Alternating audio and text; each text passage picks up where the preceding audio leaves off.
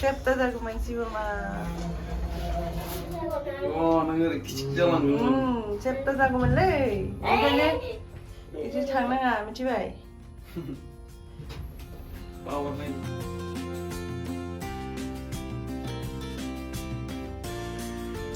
उन्दुखाबाय नामा हा उन्दुखाबाय थादों Hello everyone, खुलुमबाय, welcome back to my channel. तो लोगोफोर दा जाबाय टाइमा हरनि 12टा ओमफ्राय दा जों दंफैयो बङाइगावनि निउ बङाइगाव स्टेशनाव रेलवे स्टेशनाव ओमफ्राय जोंना नै ट्रेना सफैबाय नोंथांमोना नुनो हादों बे ट्रेनानो जाबाय गुवाहाटी टु कलकाता मोनसे स्पेशल ट्रेन दङ कमप्लीट माने एसी आरोना बेयो 3 टायर एसी ओमफ्राय इकोनॉमिकबो तो जों तामाने समर वेकेशन जाबाय नालाय मोनसे शॉर्ट ट्रिप ओरैनो हठातनो प्लान जादों आरोना आंनि मिस्टारनि फ्रेन्ड्सफोरजों तो जों एसे बेरायना फैनो सानदों सानथामनि बारा गोलाव ट्रिप नङा ओमफ्राय नोंथांमोना अन्नानै दिनैनि भिडिअखौ नायलांबाय थादो दिनैनि journey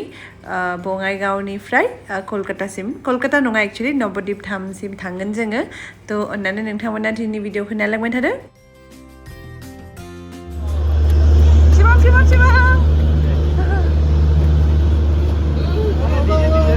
Hello. Bye bye. Good night. Bye bye. Busy na lang bye bye na. Bye bye.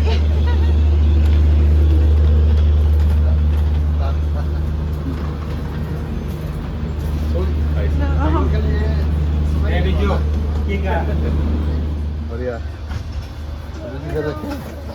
सब जगह है बढ़िया आराम से ये रहा शुरू आया वर्षा रानी ब्लॉग बनाने के लिए कल में लाइट चालू करते हैं गुड मॉर्निंग लोगोफोर मिया तो हराव मोजाङै लानो हायासै जोंना अलरेडि ट्रेनाव गाखोनायाव 8थासो जादोंमोन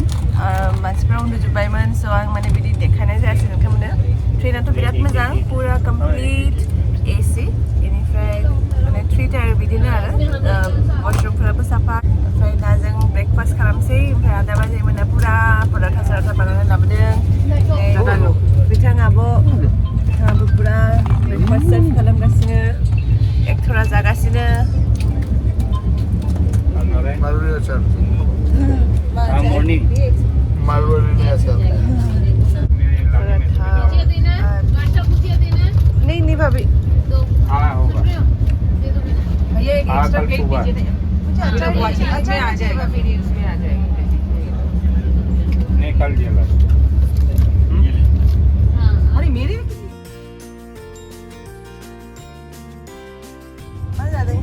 असुविधा हुआ ना कि यही कंपार्टमेंट ब्रेकफास्ट खालामदों जाबाय चॉकलेट दङ टेस्टी कैंसिल कर दी आप माबायदि टेस्टी मेरा होगी टेंशन बारागोफोर जोंना थारमाने ट्रेना मिया हरावबो लेट जाखाबायमोन कारेक्ट टाइमा हरनि 12टामोन ओमफ्राय जों सफैनायाव 8था जाखादोंमोन ना हरनि ओमफ्राय ओंखायनो हराव लानो जायासै ओमफ्राय दा जों अलरेडि मालदा सफैबाय ओमफ्राय नै पुरा थाइजौ बागान नुनो मोन्दों जा मोजां नुदों दा जोंना माने ट्रेना एसे लेट बेनिफ्राय मायापुराव थांगासिनो दं जोङो मायापुर होननाय मोनसे जायगा कलकातानि ओमफ्राय बेसिम थांनायाव थारमाने अलरेडि आरो 2-3 घन्टासो नांगोन स' टाइम पास खालामनो थाखाय जों दा हाउसि गेलेनो नागिरदों नै बिदि टिकेट ओमफ्राय नोंथांमोना सोर मिथिगौ हाउसि गेमखौ खोन्थादो आंनो कमेन्ट सेक्सनाव थ' जों पुरा रेडि जागासिनो दा 9 लाइन्स रेडि 200 करके नहीं फर्स्ट वाला हाउस कम रखो बाकी लास्ट वाला ज्यादा करो शेयरिंग होगा तो लोगोफोर नै बे दै नुनाया जाबाय माने बे मोनसे डेम फाराक्का डेम बिराद मुंदांखा बियो ओमफ्राय बे जाबाय गंगा दैमानि गोजौआवनो आरोना बे दैमा बिराद गोलावथार आरो कौन अभी भैया सैंडविच बनाएंगे क्या सुंदर से काट रहे हैं देखो हम भी हेल्प कर रहे हैं अभी हम लोग का सैंडविच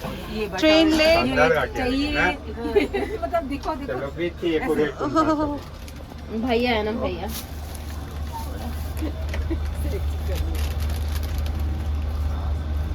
आप इतना सकेगा क्या ये मत काटिए इतना नहीं चाहिए भैया खाएंगे कच्चा खा जाएगा ये हम 2-3 खीरा एक साथ लंबा खाए। लंबा लंबा लंबा काट दीजिए आप लोग हो जाएगा इसके साथ ये और अब मालूम चले मतलब नहीं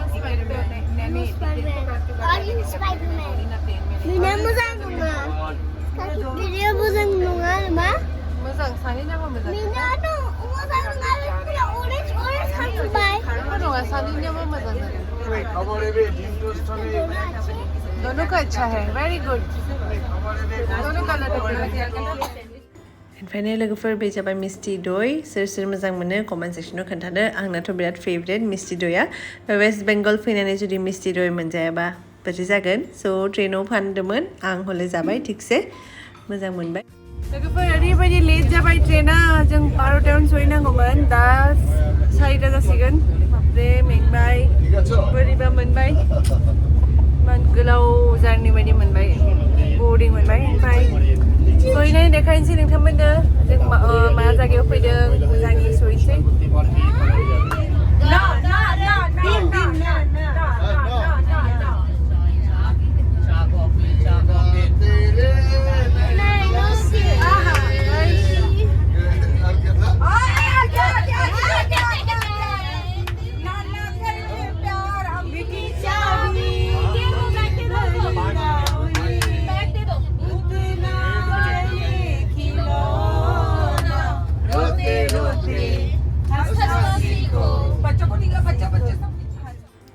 फाइनलि बेलासिनि 4टा बाजियाव जोङो ओंखारबाय ट्रेननिफ्राय जों सफैबाय नवद्वीप धामाव ओमफ्राय जोंना बेसिम सफैनायाव सासेयाव 1515 लादों आरोना राङा माने टिकेटनि दामा थ' जों दा नवद्वीप धामाव ओंखारबाय जों सफैबाय नवद्वीप धाम ओमफ्राय दा जों बेनिफ्राय थांगोन आरो मायापुर होननाय मोनसे जायगायाव पुरा मेंबाय मेगन मोदै बोरैबा मोनबाय मोखाङाव पुरा एलार्जि जाजोब्बाय आंना ओमफ्राय लोगोफोर जों फैनाय ट्रेना जाबाय Guwahati to Kolkata special train ओमफ्राय बे खारो एभ्रि वेडनेसडे आरो सेटारडे साननैल' खारो ओमफ्राय बिराद मोजां मोनदों फैनानै खिन्थु बे लेट जादों आरोना थ' स्पेसियेल ट्रेनबाबो टाइमाव सफैयाखै जोङो लेट जाखादों ओरैनो एज एक्सपिरियेन्स जार्नि खालामनो मोजां साफा ओमफ्राय दा जों थांगासिनो दङ नवद्वीप धामनिफ्राय मायापुरनि इस्कन टेम्पोलसिम ओमफ्राय जों जुदि माने बाय रोड फैनाय मोनबा जों डाइरेक्ट थांनो हागौमोन नाथाय जों ट्रेनजों फैबाय नालाय स' स्टेशननिफ्राय बिदि डाइरेक्ट गारि मोना जों एक्चुअलि गारि गिदिराव थांगोन सानदोंमोन नाथाय बिदि इ रिक्साजोंसो थांनोसै खिन्थु मोजां मोनदों गासिबो जोङो बिदि गंथाम पिलपिल लाबाय मोनसेयाव जों पुरा माने लागेजफोरखौ होबाय थ' इन्टारेस्टिं मोजां मोनदों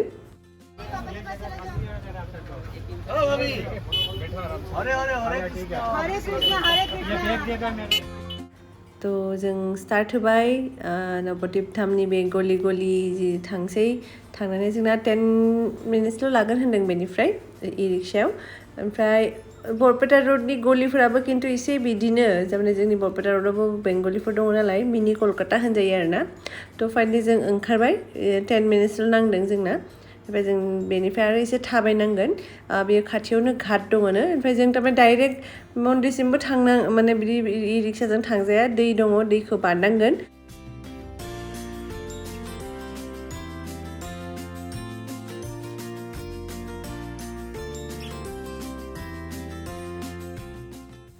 ओमफ्राय जों दा थांसिगोन नावआव गाखोनानै नाव फिसाना गिदिर थांनानै मिथिगोन ओमफ्राय बेयाव बारा दाम लायासै सासेयाव 10 थाखा करि लादों टिकेटआ थ' बारा गोजान नङा होनखादों थ' थोदो बिदिब्ला थांसै जोङो मायापुरनि इस्कन टेम्पोलाव आंथ' बिराद एक्साइटेड जाना दं मानोना जों आंना इस्कन टेम्पोलनि बे फार्स्ट एक्सपिरियेन्स बै नुनायानो जानांगौ थ' नै एक्चुअलि नाव फिसा नङा एसे गिदिरानो फेरि बायदि थ' गाखोनोसै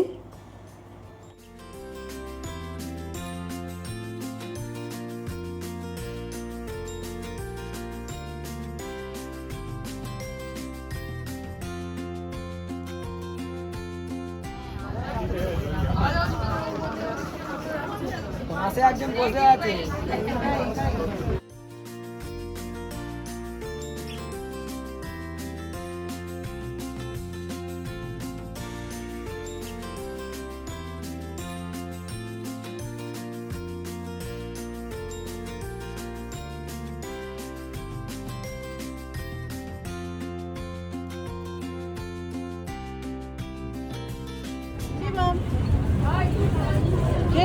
देखो एक बार कैसा लग रहा है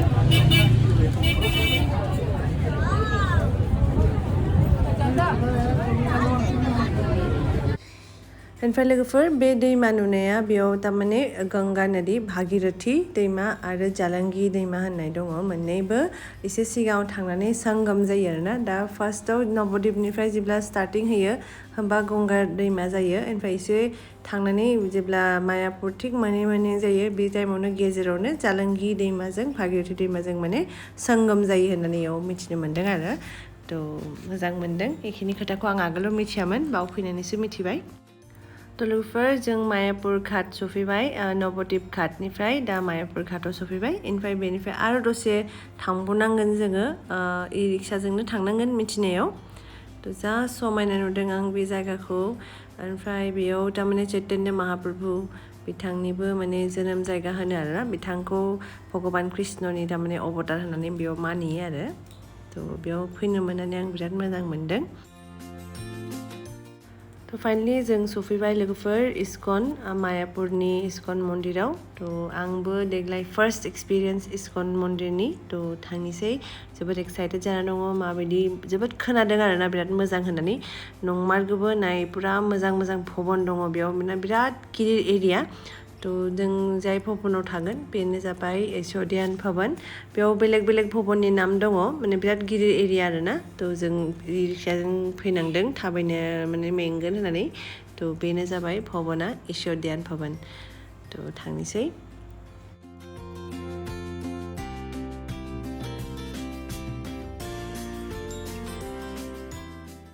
थ' लोगोफोर नै बे जाबाय रिसेपसन एरिया ओमफ्राय नै पुरा माने भबना गोदान बायदि मोन्दों आरो ओमफ्राय बिथिं डाइनिं रुम बायदि मोन्दों थ' दा लासैनो देखायनोसै नोंथांमोननो ओमफ्राय दा जोंनि रुमफोरा अलरेडि बुकिंमोन ओमफ्राय जों जि रुमाव थागोन बेनि रेटआ 4480 करि लादों सुपार डिलेक्स रुम पार नाइट ओमफ्राय बेयाव लिरनाय दङ बेयाव शर्ट्स आरो जाता ड्रेस गाननो एलाउ नङा मोजाङै फर्मेल गानना फैनांगोन आइ थिंक माने गुसुं खान्दा ड्रेस गाननो बेयाव एलाउ नङा आरो लोगोफोर लिफ्ट दंलायो जों थार्ड फ्ल'राव जोंनि रुमा स' जों लिफ्टजों फैबाय माने हटेल बायदि आरोना भबना पुरा साफा मोजांथार ओमफ्राय बेयाव मोनसे बिराद समायना माने भगबान कृष्णनि माने नारायण भगबाननि माने बेयाव पिक्चार दङ आरोना आर्ट खालामनानै दोनदों माने मोजांथार मोन्दों आरो नोंथांमोना माबायदि मोन्दों खोन्थादो कमेन्ट सेक्सनाव ओमफ्राय नै बेनो जाबाय जोंनि रुमा आंथ' जोबोद मोजां मोन्दों ओमफ्राय जों बेयाव मोनब्रै बेड दङ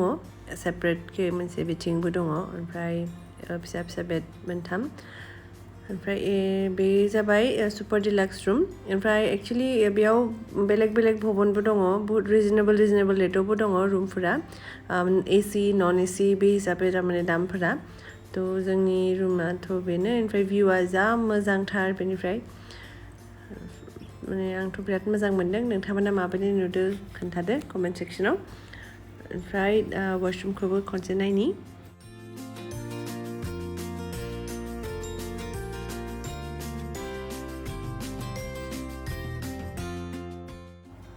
वाशरुमनि लाइटआ अफ सिङावसो दङ लाइटआ नै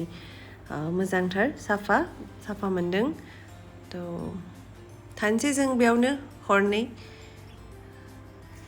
लोगोफोर जों पुरा रेडि जाबाय एसे फ्रेश जाबाय ओमफ्राय दा जों मन्दिरखौ एसे दिनै ओरैनो दर्शन खालामना फैनि ओमफ्राय दसे उनाव 8टानिफ्राय इयाव डिनार होगोन कुपन लाखाबाय जोङो कुपन लानानै दा जागोन देखायबाय थागोन नोंथांमोनखौ नायलायबाय थादो यहाँ पे अंधेरा है आदि तो एकदम आदि लंबू जी हो गया आगे काफी अच्छा हाइट खींचे आप दोनों की लंबा है आगे किसने किया आगे का है जूस काउंटर भी दङ बिराद गिदिर एरिया गला सब दङ बेयाव मोनसे सुपार मार्केटबो नुदों बे गासैबो एरियाखौ आं गाबोन सानाव नोंथांमोननो देखायगोन दा खालि माने मन्दिरखौ देखायनोसै जों जेराव थांगोन माबायदि सिस्टेमाव इयाव कुपनाव ओंखाम होयो आरोना नायनोसै मा होयो थ' नायलांबाय थादो थारमाने बे सिङाव मन्दिर सिङाव एलाव नङा स' आं माने भिडिअ'आव देखायनो हायासै नोंथांमोनखौ निमाहा बिबाय होमब्लाबो गाबोन सानाव मोजाङै मन्दिरखौ देखायनोसै नोंथांमोननो दा जों जानो थांसै जों ओरैनो दर्शन खालामना फैबाय खुलुमना फैबाय अभी हम लोग पुचका खाएंगे वर्षा पुचका खा ले हाँ, आप लोग भी खा रहे हैं ना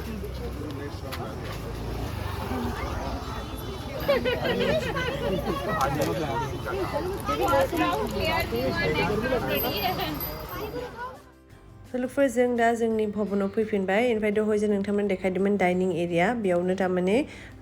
ओंखाम मोनजागोन ओमफ्राय बिदि थारमाने लाइन हमनांगौ आरोना रेडि खालामगासिनो बिथांमोना कुपन लाबाय जोङो ओमफ्राय बे डाइनिं रुमाव आथिङाव थारमाने सेन्देल गाननानै थांनो मोना थ' सेन्देल खुलिनायनि मोनसे बेयाव जायगा दङ थ' जों सेन्देलफोरखौ बाव खुलिबाय ओमफ्राय लाइनाव हाबनोसै ओमफ्राय लाइन हमनानै बेयाव जिरायनांगोन एरिया डाइनिं स्पेसा एसे खम जादों मानसिनि कम्पेरिजनाव